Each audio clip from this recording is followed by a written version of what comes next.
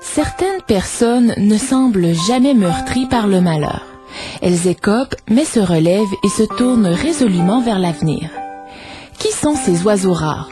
Et surtout, comment faire comme eux? Les scientifiques les ont examinés sous toutes les coutures et leurs conclusions sont étonnantes. Les individus les plus solides ne sont pas spéciaux. Ils ne possèdent pas un gène particulier et ne sont pas plus intelligents que les autres.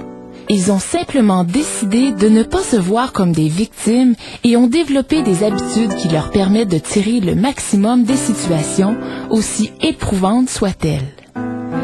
À l'aide d'une foule d'exemples, l'auteur nous livre les 10 clés de la résilience, cette capacité qu'ont les humains, comme certains métaux, de résister au choc. Petit pépin comme lourde épreuve, personne n'est à l'abri, mais tout le monde peut s'accrocher et triompher.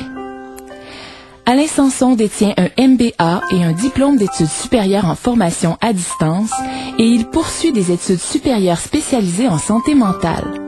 Auteur d'une 40aine de livres en gestion, formateur et conférencier, il s'intéresse au développement personnel des individus.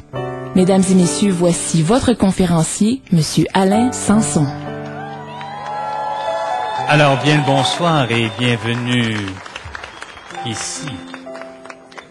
Ce soir, effectivement, la conférence s'intitule « La vie est injuste et à l'art », basée sur le livre du même nom. Et la raison pour laquelle j'ai écrit cette conférence, c'est simplement que je me suis rendu compte que les gens réagissent pas de la même façon au choc de la vie. Il y a des gens qui arrivent une bad luck, qui se reprennent en main, qui rebondissent, et il y en a d'autres qui vont carrément s'asseoir, s'écrouler, en se demandant « Pourquoi moi? La vie est donc injuste. Pourquoi moi, mon Dieu? » Je vous donne des exemples comme ça. Face à un drame, par exemple, en mars 2001, dans la région de Québec, ici, un policier s'est suicidé après avoir englouti dans une machine vidéo poker le dernier dollar d'une somme de 1200 $ destinée à la Fondation Rêve d'enfant. Ce qu'il avait à faire, c'était simple, c'était prendre l'argent, aller l'amener à la Fondation, mais chemin faisant, il s'est dit, tiens, je vais faire mieux que ça. Je vais le faire fructifier.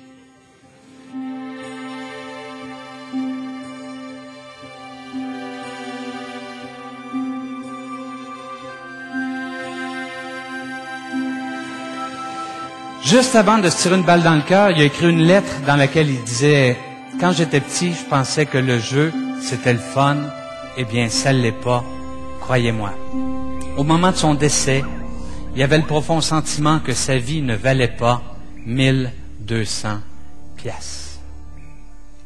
Parallèlement à ça, le 22 juillet 1972, aux États-Unis, un Américain du nom de John Callahan, cet après-midi-là, était sous. Remarquez que je dis que cet après-midi-là, il était sous, mais dans le temps, c'était à peu près son état normal. Dans la vie, John était pacté. Mais justement, parce que c'était un ivrogne responsable, il a demandé à son ami Dexter, il a dit, « Dexter, veux-tu chauffer à ma place? » Et Dexter tout de suite a dit, « Bien sûr. » Car oui, il y avait un problème. Dexter était sous. Et à un moment donné, il arrête le long de l'autoroute pour prendre une bière d'un dernier bar et en repartant, l'erreur étant humaine, Dexter a confondu la sortie vers l'autoroute et un pylône électrique. L'accident a été terrible. Au bout de 3 semaines, John se réveille et une gentille infirmière lui dit « Hey, faites-vous-en pas pour Dexter, hein? Il va bien. » Là-dessus, il se rendort. 3 semaines plus tard, il se réveille à nouveau et l'infirmière peut continuer en disant « Vous, par contre, là, ça va pas, hein? Vous êtes maintenant tétraplégique, ça va vous prendre une chaise roulante, ça va vous prendre une couche, un sac de colostomie, vous allez dépendre des autres le reste de vos jours. » Sur le coup, ça le dérange même pas. Faut dire que la morphine, c'est fort. Mais 1 mois plus tard, John doit sortir de l'hôpital et là, il en vient à faire un certain questionnement existentiel et à se demander qu'est-ce que je fais du reste de ma vie. C'est sûr que je pourrais retourner prendre un coup. Dans le fond, Dexter a encore ses licences. D'un autre côté, peut-être que je pourrais me choisir une autre voie. Et là, il se rappelle qu'étant petit, lui, ce qu'il aimait, c'était carrément dessiner. En fait, c'était sa passion enfantine, le dessin.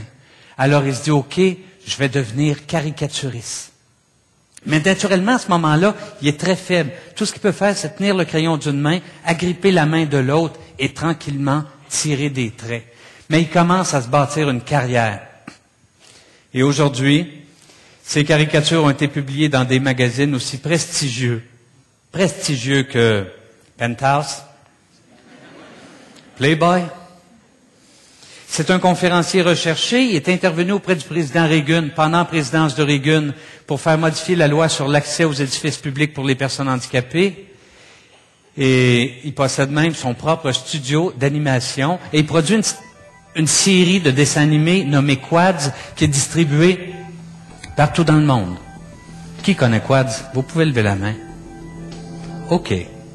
C'est correct. Il y a donc, à Québec, une personne sur 1345 qui connaît Quads.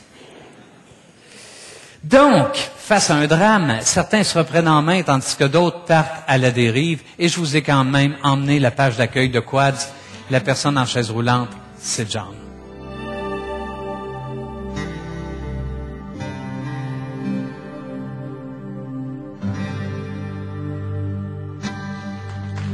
Face à un décès maintenant. Un instant, je me débarrasse de mon livre. En avril 1991, à Saint-Nicéphore, tout le monde connaît Saint-Nicéphore, levez la main. C'est plus que Quads. Près de Drummondville, à Saint-Nicéphore, Corinne perd son époux. Son époux décède d'un ACV. À l'époque, ça s'appelait un ACV. Je sais que c'est un AVC à cette heure, mais demandez-moi pas à quelle année ils ont changé ça. En 91, c'était un ACV. Et alors qu'on s'attendrait à ce que Corinne soit tout à fait stoïque, avec aucune larme pendant le salon funéraire, on est surpris. On s'attend à ce qu'elle soit stoïque, mais on est surpris par le fait à quel point elle ne présente aucune réaction. Elle nous épate. Hey, le salon funéraire dure 3 jours. Parce qu'en réalité, il faut que je vous l'annonce ce soir, elle s'appelle Corinne dans le livre, mais en réalité, elle s'appelait Doris, et c'était ma belle-mère. Alors, ma belle-mère quitte le salon funéraire, et en quittant le salon funéraire, au bout de 3 jours, elle n'apporte avec elle qu'une chose, une plaque qui avait accompagné un arrangement funéraire. Sur la plaque, c'était écrit « Je quitte ce que j'aime pour retrouver ce que j'ai aimé ». Je suis sûr que vous avez déjà vu ça au salon, c'est très in. Doris ou Corinne arrive chez elle, dépose ça sur la table de la cuisine et va passer le plus clair des mois qui vont suivre à regarder la plaque. Et au bout de 5 mois, elle décède du même type d'ACV qui avait entraîné son époux. C'est fascinant ce que le cerveau peut faire si on le lui demande.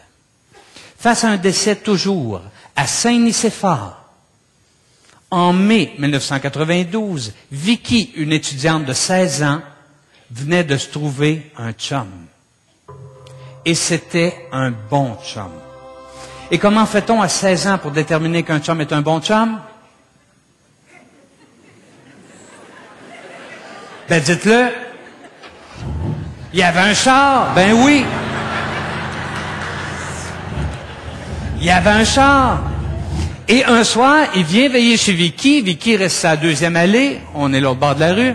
Vient veiller chez Vicky. En partant, vous n'avez pas l'air familier avec Saint-Nicéphore, il prend 2e allée, il prend allée du parc, il prend Grande Allée. Et Grande Allée, à ce moment-là, est en asphalte, pogne le fossé, fait quelques tonneaux et se tue.